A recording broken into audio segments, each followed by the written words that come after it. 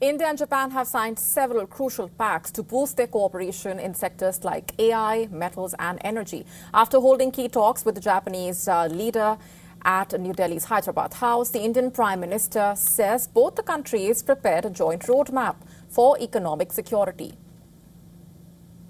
Prime Minister Modi also said that Japan has been an essential part of India's growth story. The Japanese Prime Minister is on a 3-day visit to India.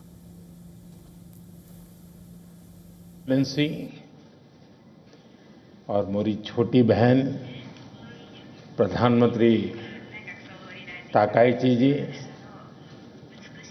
दोनों देशों के delegates, media के साथियों, नमस्कार, konnichiwa.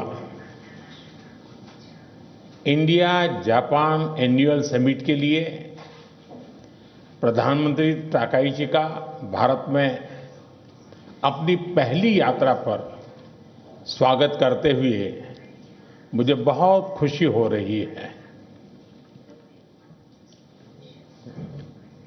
वे Japan की पहली महिला प्रधानमंत्री भी है और एक दूरदर्शी और लोकप्रिय नेता भी है। Prime Minister Modi says India and Japan have adopted a joint statement in AI, reinforcing cooperation in the field. और मेरी छोटी बहन प्रधानमंत्री ताकाइची जी अपनी पहली यात्रा। Stressing on Indo-Japan defense ties, the Japanese Prime Minister said Prime Minister Modi's Mahasagar policy aligns with Japan's free and open Indo-Pacific policy.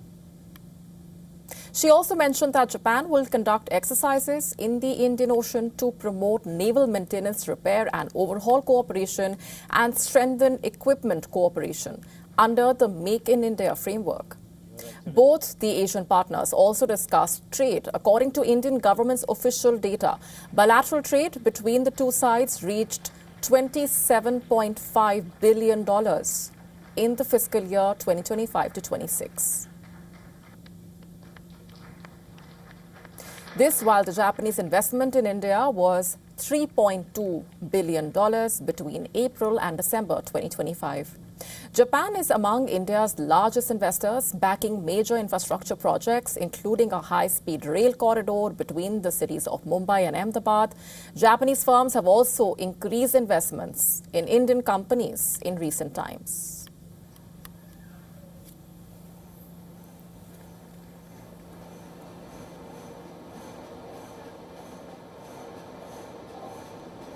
Let's go straight across now to Ambassador Sanjay Kumar Verma, veteran Indian diplomat and former Indian ambassador to Japan. Thanks very much for being here on the broadcast. I have to begin by asking you for your assessment and your takeaways from those comments that have been made by the two leaders. Japan has been an old-time friend, but the entire collaboration and cooperation between the two countries started with a sense of goodwill, which was just after the Second World War, moved into the dependence of Indian infrastructure sector and official development assistance on Japan to interdependence. And now we are moving towards an era of strategic trust.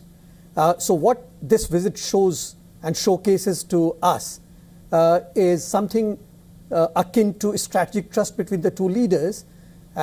Any bilateral relationship has to be anchored by the leaders, and what I feel is that both the Prime Ministers have good chemistry and excellent trust between the two of them to take the relationship forward.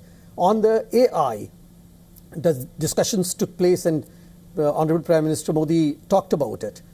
But at the core of the entire such aspects is semiconductor, and on the semiconductor, in the last visit of the Prime Minister to Tokyo, when they signed a joint declaration for the next decade. This was touched upon, and since then we have seen that there is an interest in the Japanese industry to come to India, both in designing and fabrication of semiconductors. Semiconductors and AI, these two things will lead to many new dimensions in our bilateral economic security.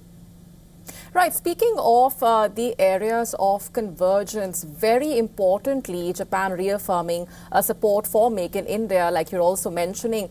Let's also talk about the alignment when it comes to India's Mahasagar policy and Japan's free and open Indo-Pacific policy, and something that the two leaders have also commented on, and how important it is really for India and Japan to come together in that aspect.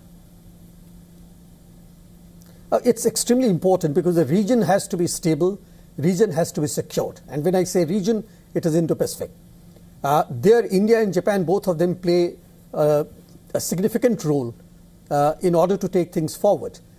What they are trying to do, both the countries are trying to do, is to onboard more stakeholders. What happens is that when you have more stakeholders joining the same philosophy on the same page, then the region automatically moves towards more interdependence and therefore more stable and better security. So both the countries are trying to do so through their own ASEAN activities between the two of them, and that has been doing well so far. The trust between the two prime ministers will take it further forward, and I'm sure that with India's Mahasagar policy, Japan's free and open Indo-Pacific, and if I combine the two, free, open and inclusive Indo-Pacific, will take further strides and move forward.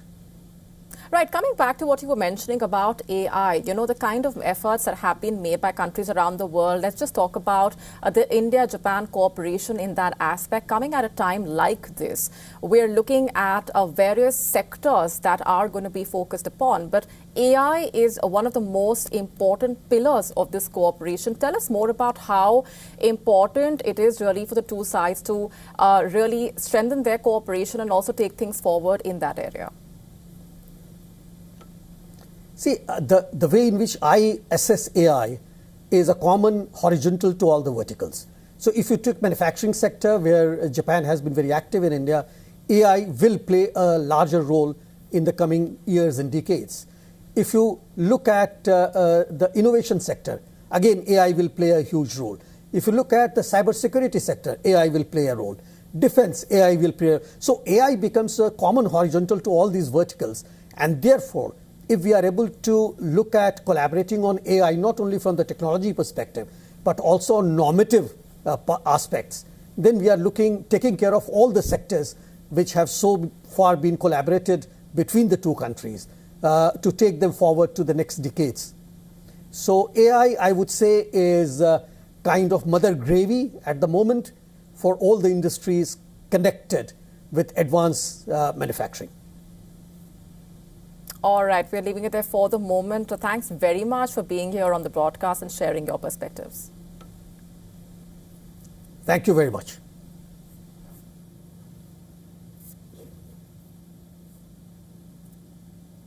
To stay up to speed with the latest news, download the WION app and subscribe to our YouTube channel.